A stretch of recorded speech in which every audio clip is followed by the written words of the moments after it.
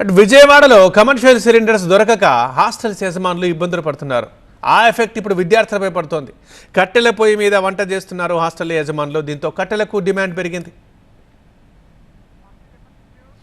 విజయవాడలో పరిస్థితి ఎలా ఉంది? పూర్తి సమాచారం మా కరెస్పాండెంట్ శ్రీధర్ అందిస్తారు. శ్రీధర్, విజయవాడలో కమర్షియల్ గ్యాస్ సిలిండర్ల కొరత చాలా స్పష్టంగా కనిపిస్తుంది. నిన్నటి వరకు కొంతవరకు సిలిండర్లు ఉన్నప్పటికీ మాత్రం ఈరోజు చూసుకుంటే మాత్రం దాదాపుగా చాలా గ్యాస్ ఏజెన్సీలు కూడా సిలిండర్లు ఇవ్వలేమని చేతులు ఎత్తేసిన పరిస్థితి నెలకొంది. దీంతో విజయవాడ నగరంలో ఉన్నటువంటి దాదాపు చాలా హాస్టల్స్ కూడా గ్యాస్ లేక చాలా తీవ్ర ఇబ్బందులు పడుతున్నారు.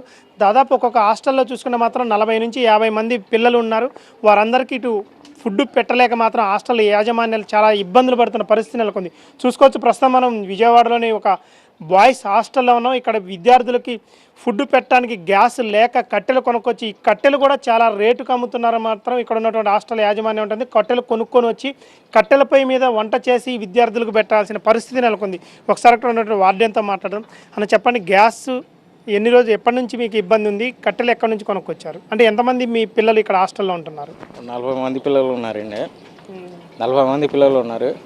గ్యాస్ దొరక్క కట్టెలు పోయి పుల్లలు కొనుక్కుని వస్తాండి 40 రూపాయలు కేజీ అన్నారు. అది అంటే గ్యాస్ ఏమంటాను, గ్యాస్ ఏజెన్సీలు గ్యాస్ దొరకలేదు, ఇప్పుడు దొరకదు అన్నారు. మీరు అడిగారా? అడిగాము, గ్యాస్ ఇప్పుడు దొరకదు, టైం పడుతుంది అన్నారు.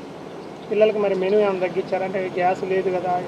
ఏం తగ్గలేదండి. ఇప్పుడు చూసుకుంటే మళ్ళీ ఆ రోజులు గుర్తొస్తున్నాయి. కట్టెలపై వంట చేయాల్సిన పరిస్థితి వచ్చింది. ఏం చేస్తామని సడన్ మనీ ఒకసారి ఆపేశారు. మేము 2-3 రోజులు ట్రై చేసాము, దొరకలేదు. పిల్లలకి మేము ఆపలేము కదా, ఏదైనా చేయాలిగా. అందుకనేసి కట్టెల పొయ్యి తెచ్చి పిల్లలకి టిఫిన్ పెడుతున్నాం, భోజనం అవన్నీ రెడీ చేస్తున్నాం.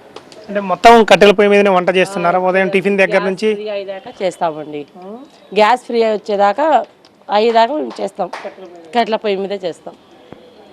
చూసుకోవచ్చు, పరిస్థితి ఈ విధంగా ఉంది. విజయవాడ నగరంలో చూసుకుంటే మాత్రం చాలా వరకు దాదాపు 100 హాస్టల్స్ ఉన్నాయి. లేడీస్ హాస్టల్ కానీ బాయ్స్ హాస్టల్ కానీ. ఈ హాస్టల్ అన్ని పరిస్థితి కూడా ఇది. కొంతమంది కట్టెలు దొరక్క కూడా వంట చేయలేని పరిస్థితిలో ఉన్నారు. రోజు అంటే రాగల రోజుల్లో కూడా ఇదే పరిస్థితి కొనసాగితే మాత్రం కట్టెలు కూడా దొరకని పరిస్థితి ఉంది. ఇప్పటికైనా సరే గ్యాస్ ఏజెన్సీలు కానీ ప్రభుత్వం కానీ దీని మీద తగు చర్యలు తీసుకొని ఇటు కమర్షియల్ సిలిండర్లు కొంతైనా సప్లై చేయాలని మాత్రం హాస్టల్స్ యాజమాన్యాలు కూడా కోరుతున్నాయి.